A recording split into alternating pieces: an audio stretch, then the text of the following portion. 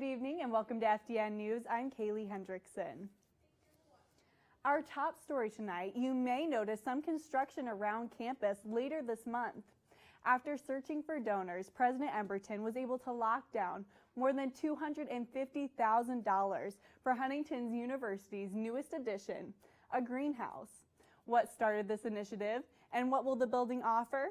FDN's Kobe Solms has the latest.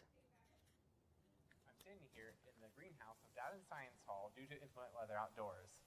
I'm here to speak with biology professor Dr. Colin Hobbs about the new greenhouse facility coming this fall.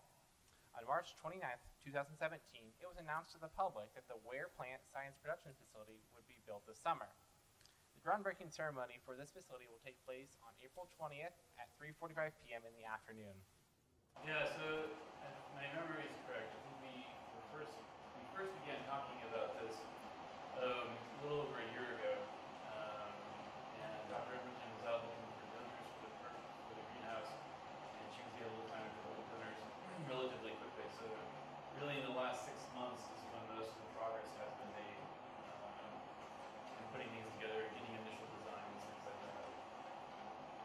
The Ware Plant Science Production Facility will be a 2,000 square foot greenhouse that will feature an aluminum frame with clear insulated glass and a multi-wall polycarbonate roof for heat retention abilities, impact resistance, and light diffusion. It's designed to have two independent areas, one for classroom instruction and the other for independent studies and research. So for ag students, for biology students, other science students, the opportunities for research that we'll have there and for student work, I think will be a good selling point for prospective students. This past fall, Huntington University received a financial gift from Dr. and Mrs. Douglas Ware that spearheaded the fundraising effort for the facility. Other financial gifts were received, but the Wares' second financial gift completed the funding. Both gifts were made in honor of Douglas's late father, Dale Ware, who was a longtime Huntington County educator and a 1936 alum of Huntington College.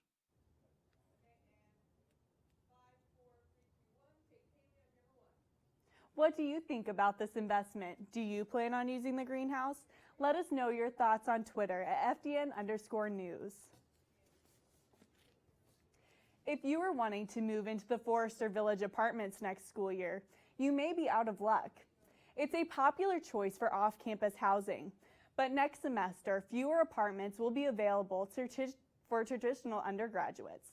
The apartments on Fruit Street will remain unaffected, but the cul-de-sac will be strictly for married students, older non-traditional students, grad students, professors, and staff members. Students who are paying room and board will be residing on the Fruit Street apartments, and the cul-de-sac apartments will now be for renters and married students. Frischman says that squatters who currently live on the cul-de-sac will have to relocate to Fruit Street, but they'll have first dibs on those apartments. And hopefully you had first dibs on your jackets and umbrellas today. Overcast skies and periodic rainfall kept students bundled up. Shelby Price joins us live outside the MCA to get students' thoughts and feelings on this change in weather.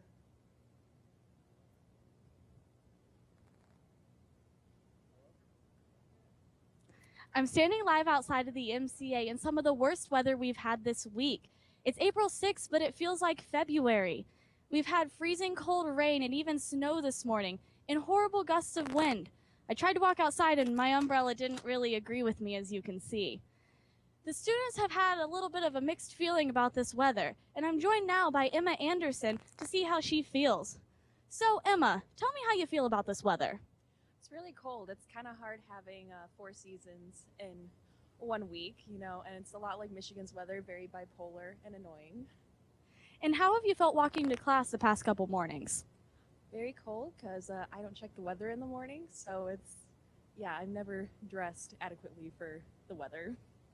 Okay, well, thank you, and I hope that the weather gets better for your week. But don't worry, this weather will get better over the weekend. Tomorrow is a high of 49 with a low of 28. And on Saturday, it's a high of 61 with a low of 48. And on Sunday, it'll finally feel like spring with a high of 71 and a low of 58.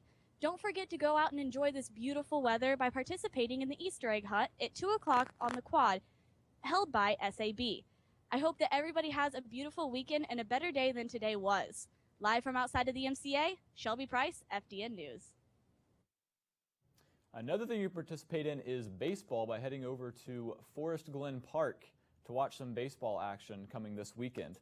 Our men's baseball team is sitting atop the Crossroads League at 9-2 in conference play, thanks to an outstanding week against Indiana Wesleyan and St. Francis, who they played this past weekend. The Foresters hosted St. Francis this past weekend at Forest Glen Park, and the weather was about as extreme as it could be between Friday and Saturday. The wet and windy weather proved too much for the Cougars' underclassmen heavy squad.